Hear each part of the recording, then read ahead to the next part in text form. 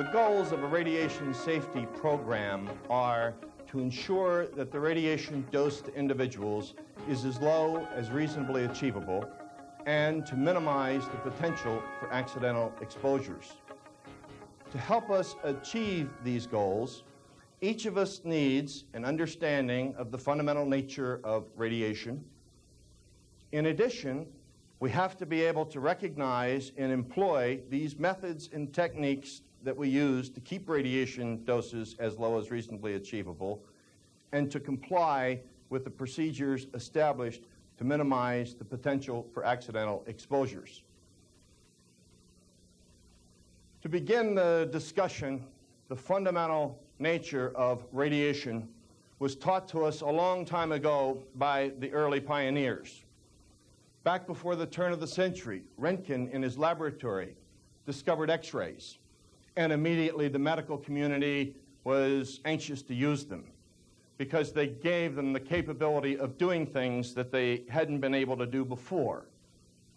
Just weeks after Röntgen's announcement, X-rays like this were being used to help surgeons, in this case, to remove the shotgun pellets from the hand of an individual who was accidentally shot. Within months of Röntgen's discovery, X-rays were being used throughout the world for medical applications. And within those few months, we began to recognize that there were some hazards to overexposure with X-rays. Also, back in the turn of the century time, Henry Becquerel was able to show that some materials gave off penetrating types of radiations. And it was Madame Curie who dubbed this phenomenon radioactivity, the phenomenon of continuously emitting these penetrating rays. In addition, Ernest Rutherford named these rays for us, and not knowing their fundamental nature, he just selected the first three letters of the Greek alphabet. And he called the positively charged particles alpha particles, the negatively charged particles beta particles, and finally those uncharged rays, gamma rays.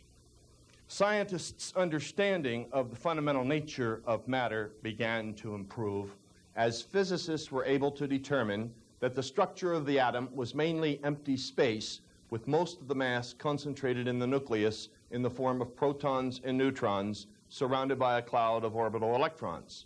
And chemists learned that there were different forms of the same element, and they called them isotopes. They recognized that these different forms of the same element occupied the same space in Mendeleev's periodic table, which is an arrangement of the elements according to their chemical properties. If we look at all of those isotopes that occur in nature and that occupy those 92 squares, we find out that there are hundreds of them. But then if we ask how many other isotopes can be artificially produced by man, we find out that the number swells from hundreds to thousands. So we have literally thousands of different isotopes, many of which are radioactive, and it is that property of radioactivity that we're interested in. And we're really interested fundamentally in three things when it comes to a radioactive isotope. The first thing is the nature of the radiations that escape from that nucleus that's undergoing the change. And we know that those radiations are alpha particles and beta particles and gamma rays. They're the names that Rutherford gave them. But more importantly, the characteristics of those particles is what we're going to use in radiation safety. The alpha particle is relatively non-penetrating in the sense that an alpha particle, by and large, can travel through air about 2 inches. That means in order to be able to detect an alpha particle, you've got to get your detector within 2 inches of the source, or the alpha particle can't traverse the distance in air from the source to the detector. It also means that if you had a source of alpha particles, and those alpha particles being liberated, if they were to strike the surface of the skin, the alpha particle has so little penetrating power that it cannot penetrate through the dead layer of cells that cover the skin of our body. So alpha particles are non-penetrating type of radiation. The beta particles lie a little upscale in terms of penetration, and beta particles from different radioactive materials are able to penetrate down into the layers of the skin to reach the living cells in the next layer down, and even deep enough to reach the germinal layers of the skin where new cells are constantly being formed. But by and large, most beta particles that we encounter from radioactive materials are not penetrating enough to reach deep into the tissues of the body to irradiate the internal organs and structures. The third type of radiation, the gamma rays, they are the most penetrating of the radiations and can reach down into the deeper recesses of the tissues and irradiate the cells and the tissues and the organs deep inside the body. So we can characterize the radiations as non-penetrating, slightly penetrating, and very penetrating. In addition to penetrability of the radiation, we also have to consider the half-life of the material. The half-life of the material is defined as that period of time for half of the material to undergo that process of radioactive decay. And it's a characteristic fingerprint of each of the radioisotopes that we know. The uranium that Madame Curie was working with has a very long half-life. Yet one of the isotopes that she separated from that uranium ore is known as radium-226. Now, that isotope has a half-life that we still consider to be very long, in that it is 1,600 years, but a good deal less than the half-life of the uranium from which it was separated.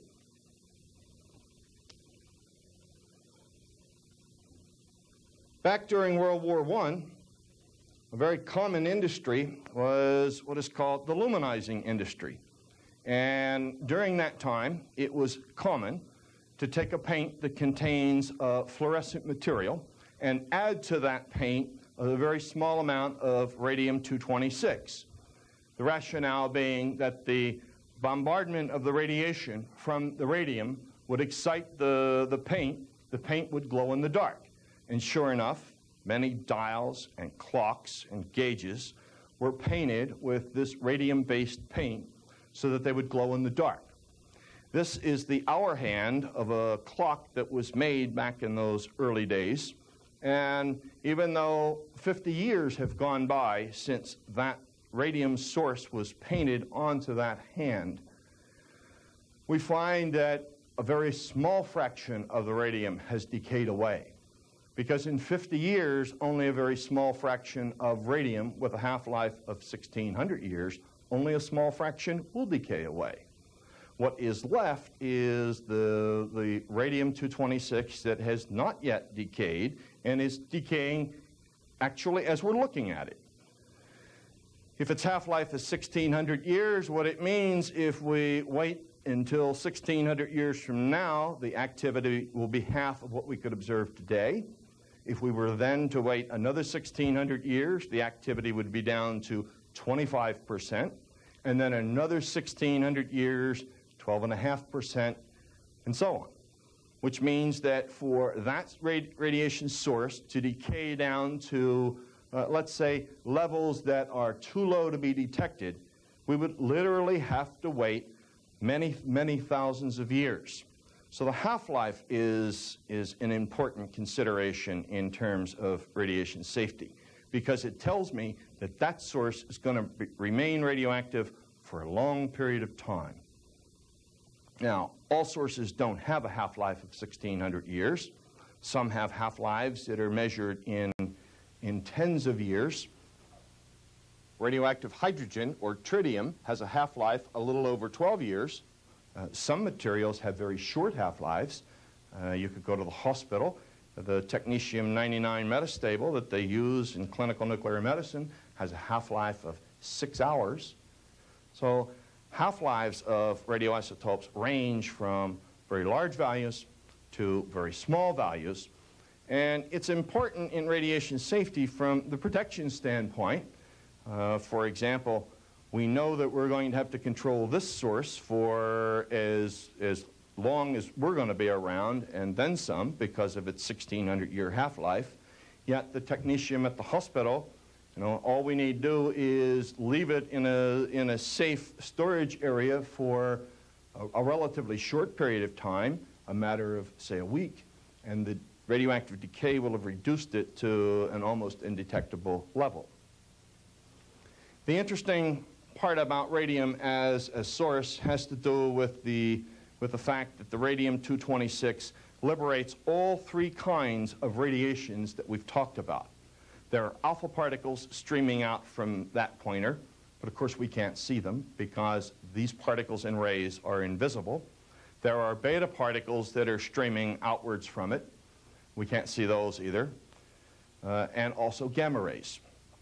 We know that the senses do not respond to these types of radiations, but we know that they all share one phenomenon that is very important to us, and that is the ability for those particles and rays to cause ionizations. And ionizations are occurring right now in the air surrounding that needle. In the process of ionization, one or more electrons are stripped away from an atom. This creates an ion pair.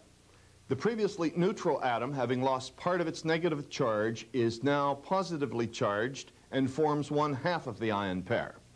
The free electron forms the other half. This process of ionization is the fundamental mechanism that causes biological damage in human tissue. The cells in our body are made up of countless numbers of atoms that chemically combine to form the specific molecules that cells require. Radiation produces damage by ionizing these atoms. Once ionized, the molecule may no longer have the same chemical properties and thus would no longer be able to perform the way it's supposed to. If enough molecules are altered in this manner, the exposed individual may begin to experience the first symptoms of radiation injury. Radium-226 enjoys a special place in our history about the activity of radiation and radioactive materials, in that many years ago it was decided that a nice tribute to Madame Curie would be to describe the activity of any radiation source in a special unit that was called the Curie. A 1 Curie radiation source is one in which 37 billion disintegrations occur per second. This describes the number of atoms that undergo radioactive decay during each second of time.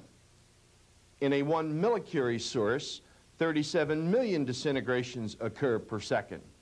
And a 1 microcurie source, 37,000 disintegrations per second. In addition to knowing something about the activity of the source, the early investigators were interested in knowing something about the radiation that streams from the sources and from the X-ray machines that they used, and they needed a unit to measure that radiation. The first commonly accepted unit of measurement was the Roentgen, named after the scientist who discovered X-rays.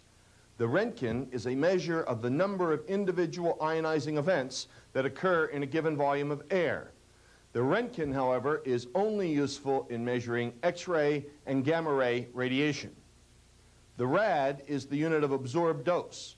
This unit was developed to be a measure of the amount of energy actually deposited in the irradiated material for all types of ionizing particles and rays. The unit rad describes the quantity of energy deposited, not necessarily the biological effect it may cause. The rem is the unit of dose equivalent. It was developed to express equivalent biological damage for all types of ionizing radiation. This unit is the product of the total energy deposited in rad multiplied by the quality factor.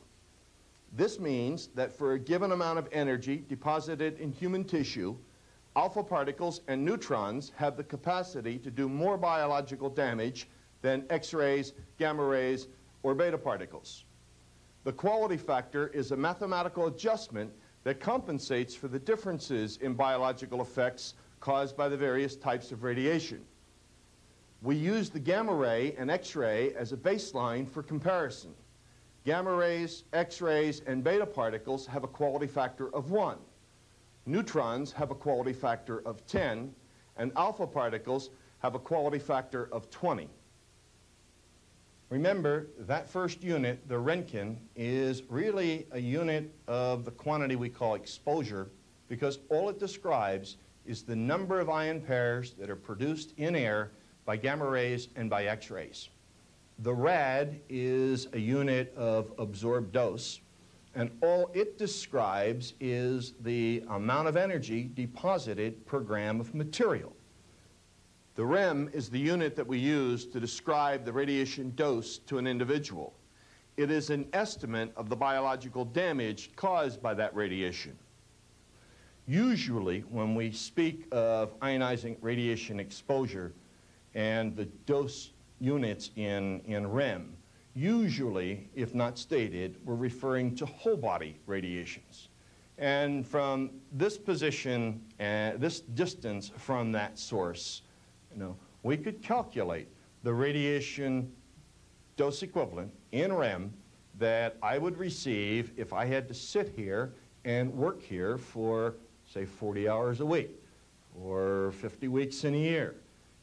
And the amount of that radiation exposure depends upon the amount of radioactivity in the materials with which I'm working. But suppose my job were to take these old dials and gauges and hands from the clock and remove some or all of that radium paint so that we could reuse that particular part. If that were my job and I had to remove that radioactive material, what I'm going to do is scrape a little bit of it off. But before I do, so that I can handle that source and not get any of it on my fingers. Now I'm just going to hold the end of the dial and with the knife scrape a small amount of that radium paint off of the dial, and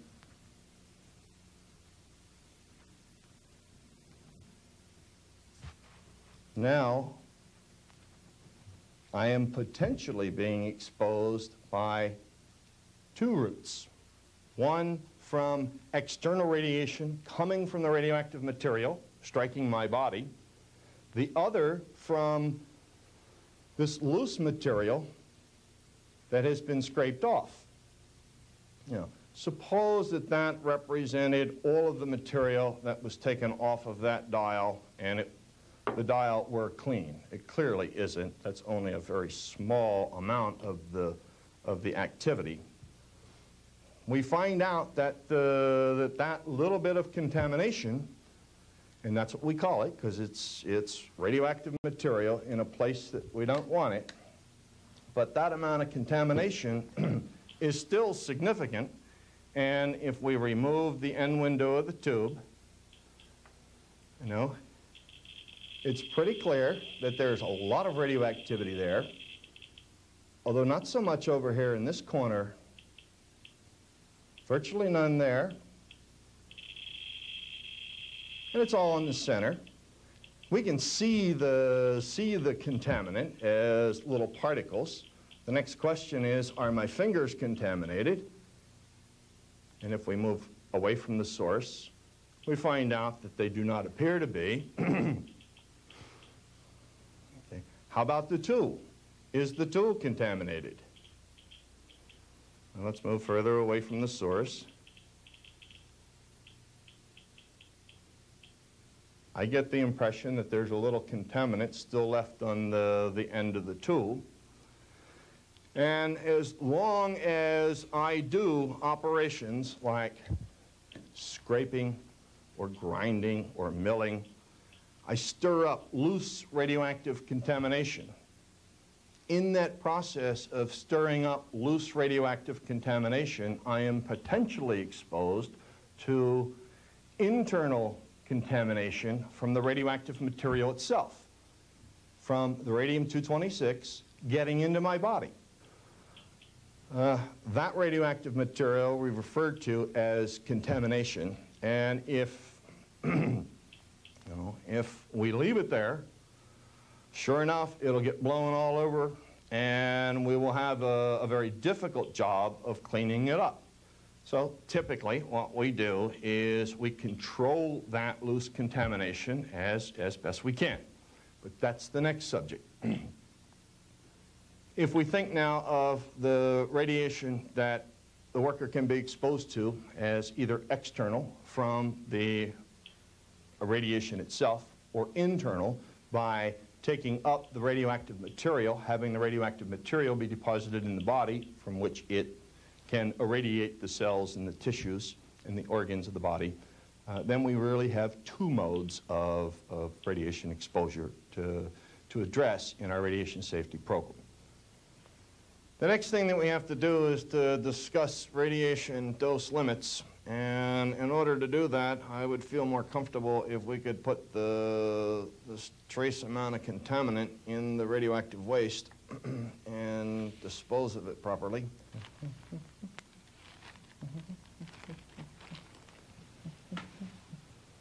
And the question comes, what is the maximum radiation dose that we can allow workers like myself in occupations like this? What dose can we allow them to receive?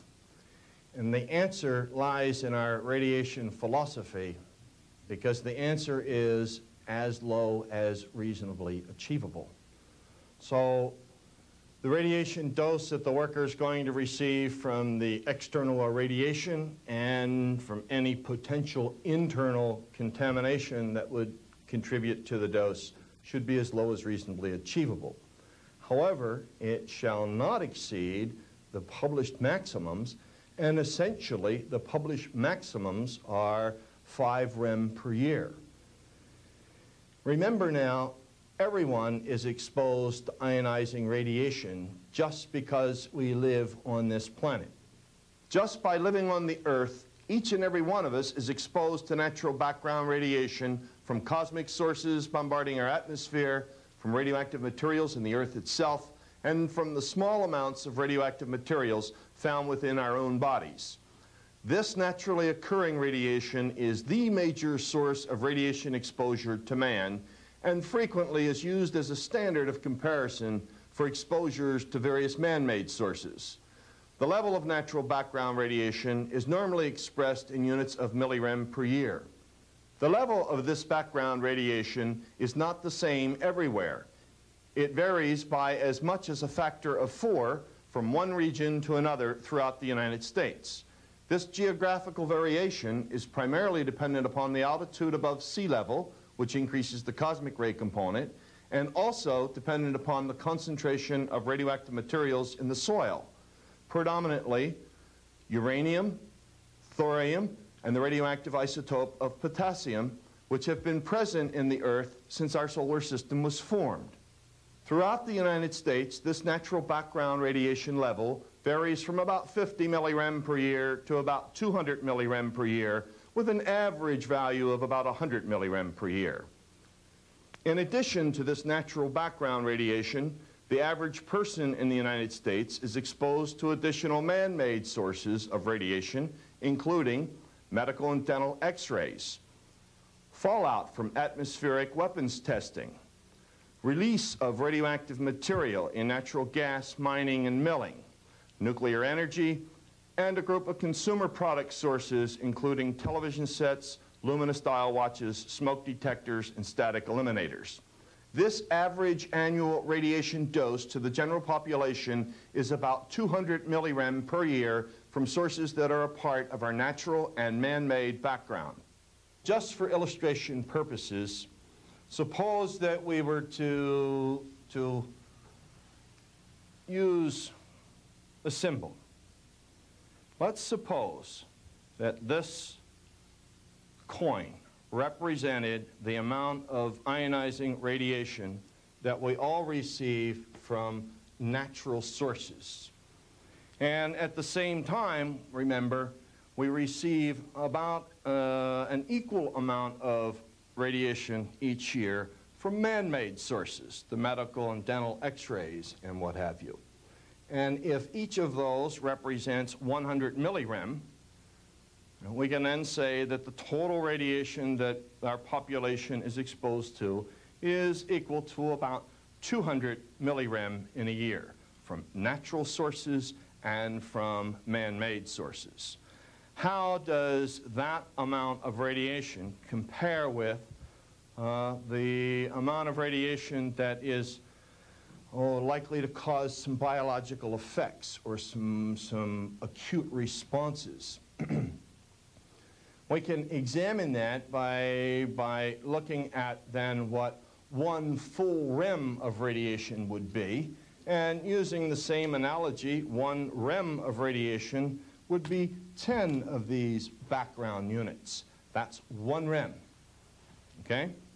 We've said that by and large the maximum radiation that any of our occupational workers are permitted to receive is essentially 5 rem in a year. That would be 50 of those background units. And let's say that those 50 units were the maximum occupational limit for our workers. 5 rem in a year's time. The next logical question is, how much radiation would it take to, say, cause an individual to feel sick and to get to the point where there's a chance that that individual might die, right at the threshold of the probability of death occurring? Well, 5 rem is much, much too small to cause any response like that. To reach that level of radiation dose, that would be at the threshold of potential death, you'd need that amount of radiation. That's a bag of 2,000 of those background radiation units. And 2,000 of those background radiation units would be required to make the individual sick to the point where there was some chance that he might die. We might ask, well, how much radiation would have to be received all at one time to just make an individual sick and no potential for death? And basically that amount is about half of this bag full, or 100 rem of exposure received all at once, and the individual is likely to feel sick. As it turns out, the 5 rem of radiation and spread over a year is significantly below the levels required for that acute radiation sickness. And indeed, when we start looking at the experience of occupational exposures in our industry, we find that the unit, the rem, is a little large in terms of day-to-day and week-to-week exposures, and 5 rem is much, much too much to describe the radiation dose that most of our occupationally exposed individuals receive. Indeed, we have to go for another unit change and look at smaller fractions of a rem. And for that we use the millirem.